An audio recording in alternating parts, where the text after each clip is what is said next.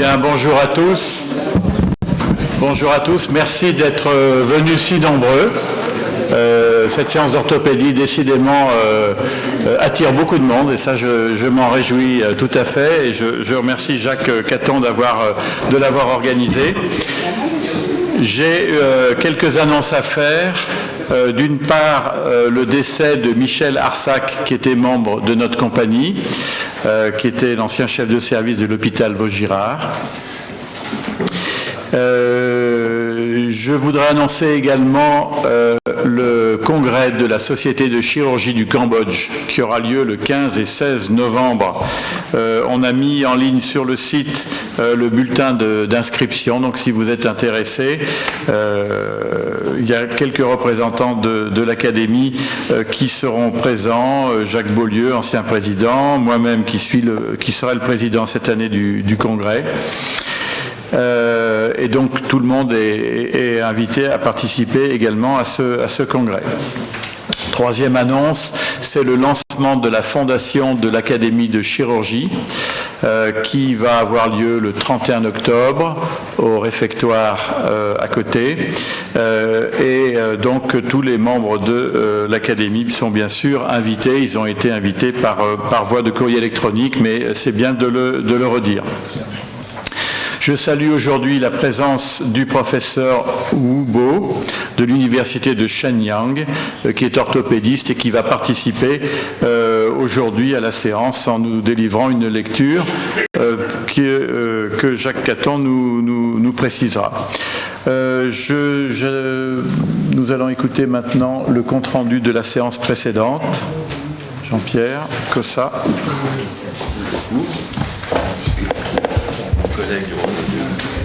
Pas là. Oui, la séance précédente, c'est la séance d'urologie auquel a assisté mon collègue Patrick Coloby, qui est le co-secrétaire avec moi. Je découvre cette séance. Elle faisait la place belle aux jeunes urologues. Et le premier des intervenants s'appelait Cédric Lebacle et il nous parlait de la caractérisation cytogénétique et pronostic du cancer du rein, ce qui est important puisque un tiers des patients qui ont un carcinome rénal localisé vont récidiver après traitement chirurgical. Ce travail qui a été mené conjointement avec l'Université de Los Angeles a permis d'affiner les connaissances en matière de mutations génétiques dans le cancer du rein, notamment à propos du chromosome 5Q et du chromosome 10Q également.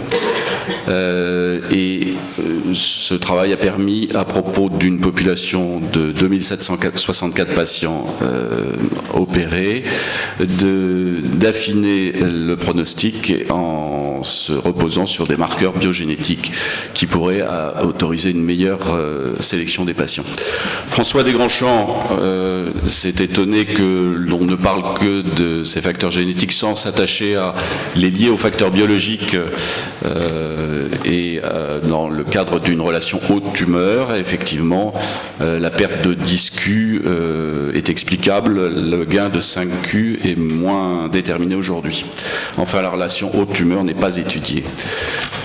Véronique Fay, ensuite, nous a parlé de l'expertise française en neuro-urologie, qui est grande, puisque la France a à peu près une dizaine d'années d'avance sur les autres pays, sur plusieurs points dans ce domaine. Le concept, une consultation pluridisciplinaire notamment, sur la technique et sur les innovations technologiques et l'évaluation des pratiques. Néanmoins, cette expertise a besoin aujourd'hui d'un registre comme bon nombre de spécialités chirurgicales et c'est le développement de ce registre qui nous a été présenté en s'appuyant sur l'expérience du registre EPITOR de chirurgie thoracique.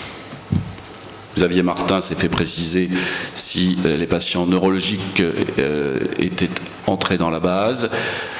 Ce qui est le cas, et les moyens financiers qui supportaient ce registre, qui sont liés à une subvention de l'Agence nationale de la sécurité des médicaments. Gérard Pascal, Hubert Joannet, Henri Coudane ont mis en avant à la fois l'importance de ces registres et la difficulté à obtenir un remplissage exhaustif de la part des chirurgiens, Peut-être que la solution passe par un lien entre le remboursement de l'acte et le remplissage du registre. Alexandre Engels, ensuite, nous a parlé d'échographie moléculaire dans le cancer du rein. Il n'y a pas de marqueur simple d'utilisation pour surveiller la réponse précoce et longitudinale à un traitement par inhibiteur de thyroxine kinase dans le cancer du rein métastatique. C'est la raison pour laquelle ce travail a été mené pour essayer de déterminer sur le plan échographique des critères de résistance qui peuvent faire décider de quitter la réponse le traitement par sunitinib et de s'orienter vers l'immunothérapie. Cette croissance tumorale qui est documentée par des marqueurs visibles en échographie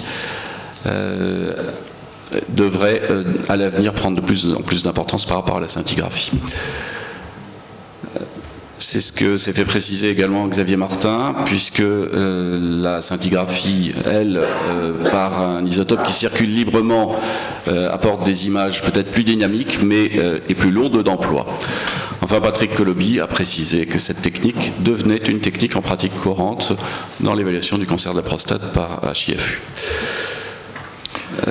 Idir Ouzaïd ensuite nous a parlé du changement de paradigme dans la prise en charge des angiomyolipomes du rein. L'angiomyolipome rénal est une tumeur bénigne à triple composante, vasculaire, graisseuse et musculaire. Elle est d'un diagnostic assez aisé, elle est en revanche d'un pronostic difficilement précisable, notamment d'un risque hémorragique qu'il est important d'appréhender en urologie et qui a fait envisager classiquement d'intervenir lorsque la tumeur dépassait 4 cm de diamètre. À ce moment-là, deux possibilités. Aujourd'hui, l'embolisation ou la chirurgie d'exérèse, qui peut être éventuellement mini-invasive. Jacques Belghiti a fait remarquer qu'il existait également des angiomyolipomes dans le foie et qu'il avait fallu 10 ans pour arrêter de les opérer. La principale complication de l'angiomyolipome hépatique, c'est la chirurgie. Et bien sûr, ce qui inquiète à ce moment-là, c'est de voir revenir une attitude trop interventionniste sur les angiomyolipomes rénaux. Ce n'est pas tout à fait le cas lorsque François Dranchamp dit que quand on a été confronté à une rupture hémorragique importante, on se pose des questions pour prévenir les récidives. C'est d'ailleurs un point sur lequel Xavier Martin a conclu la séance. Je vous remercie. Bien. Merci beaucoup pour ce compte-rendu. Est-ce qu'il y a des oppositions? Donc tout le monde est d'accord pour adopter le compte-rendu. Donc il est adopté.